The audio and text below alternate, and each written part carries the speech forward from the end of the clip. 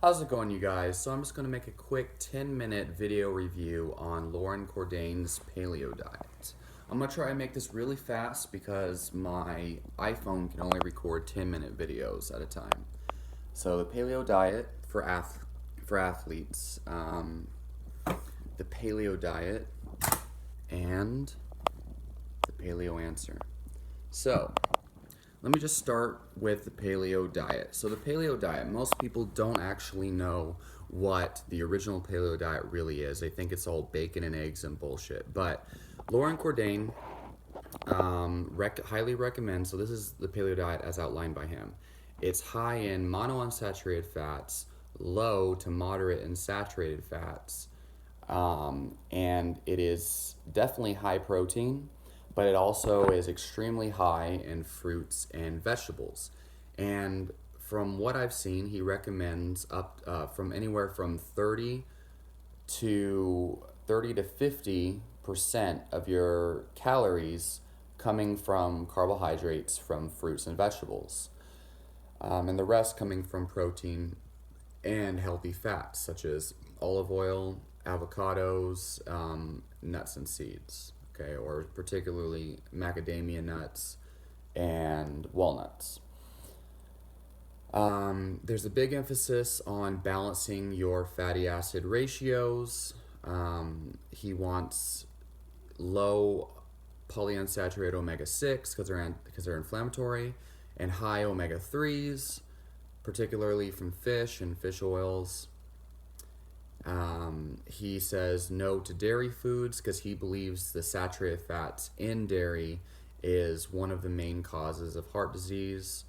And he does a great job of explaining what is wrong with the standard American diet and explaining how the paleo diet can drastically improve your life. There's many case studies that he referenced in the Paleo Answer and also all over the internet where people have lowered their total cholesterol and their LDL down even to vegan standards, which is crazy. Their LDL went down to 70 millimoles per deciliter, which is extremely low for LDL. But they did it with a high meat but low saturated fat diet. His book, all of his books are full of scientific research and references, and I looked through I looked through a large portion of them, probably maybe like 15% of the references he has back there. And it's a lot of work because I read the full text or skim through it at least. And most of the studies that I've read so far are pretty legit, and I found a lot of studies there that I wish I would have had a long time ago. So problems here with the paleo diet. Well, first of all, um, his outline of the paleo diet is in line with government recommendations as far as nutrient intake. Okay, it is much higher in protein than what is recommended by most government agencies, but nutrient intake is very in line with that. You can hit all of your daily vitamin and mineral intakes on this diet. It is maybe 3% higher in saturated fat, 3 to 5% higher in saturated fat, due to the fact that there is no dairy consumption, and he emphasizes lean meats, lean cuts specifically. It is very hard to overeat saturated fat on this diet. It is not like a ketogenic diet where you're eating 70% of your daily intake from fats, and he specifically advises against fatty cuts of meat. It's a very nutrient dense diet, and I feel like if somebody is new to the high protein, low carb type of eating, this is a good way to do it. But you can eat, unlimited quantities of fruits on this diet, so it isn't necessarily a low carb diet. Again, it is low in saturated fat. And this book, this way of eating is not just, eat like a caveman.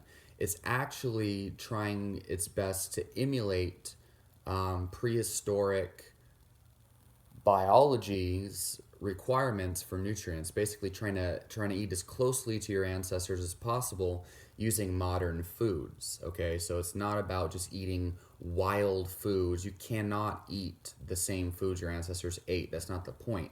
The point is eating the closest you can to that nutrient composition. Okay? And his justification for eating high monounsaturated fats is that ancestral humans or ancient humans ate a lot of bone marrow, which was high in monounsaturated fats. Something to that extent, and that wild animals are higher in monounsaturated fats and lower in saturated. So anyway, good stuff as far as that's concerned. However, here are the cons, okay? And I have a lot to say about this. I'll be making a much bigger video about this very, very soon when I have the time, but this can only be 10 minutes long due to my iPhone. That's why it sounds so rushed. So, he doesn't talk about ketosis, does not talk much about intermittent fasting. In the Paleo answer, he briefly mentions intermittent fasting, and he even says, he admits that the hunter-gatherer tribes that he studied and published peer-reviewed papers on actually only eat one meal a day, and sometimes might eat like a tiny meal for breakfast or something. But yeah, so he admits that they eat one meal a day, that they do intermittent fasting. But he doesn't talk much about it at all, which is very weird, considering his entire thing is about ancient human nutrition. And we know for sure that ancient humans definitely practice intermittent fasting through the majority of, like, all the time, and they still do to this day. The hunter-gatherer tribes that still exist, which I don't think there are any anymore in 2019. But also, we can be pretty certain that a lot of the time ancient humans were in ketosis. Now, Loren Cordain even has an entire article on his website trying to debunk a ketogenic diet, saying that it's going to be low in nutrients because you're not eating fruits or potatoes or sweet potatoes. Or wait, because you're not eating enough fruits, right? He's saying, because he doesn't eat, he actually advises against potatoes and sweet potatoes, which are tubers, and but he says that because a ketogenic diet restricts fruits and restricts carbohydrates below 50 grams per day, he claims that it's going to be low in nutrients such as folate and magnesium and calcium, etc., etc. The thing is, he disregards the fact that ketogenic diets, you could still get all of the same nutrients from vegetables. Long story to talk about. But basically, for some reason, he has a bone to pick with ketogenic diets, and it doesn't really make too much sense. Oh, and then he has a long chapter on alkaline acid balance. And he has a more scientific, realistic approach to that. And that's actually, and he says that ketogenic diets promote acidosis in the body. And that's one of the main reasons why he doesn't like ketogenic diets. But anyway, that doesn't make too much sense considering, it's all about ancient humans with him. What else? So I'm going to move right on. I only have like 1 minute left in this video. The Paleo diet for athletes, complete bullshit. It's not even a book on general athletic performance. It's actually a book on endurance athletes. It should literally be called the Loren Cordain's approach to endurance running nutrition, because it's all about endurance running. It has nothing to do with football, mixed martial arts, strength training. Everything that I gave a fuck about buying that book, it had nothing to do with. It was all about endurance running and nutrition for recovering and fueling endurance running. And he was basically just saying, eat a paleo diet and drink fruit juices after your workouts. That's the majority of the tweaks. And then he talks a lot about meal timing.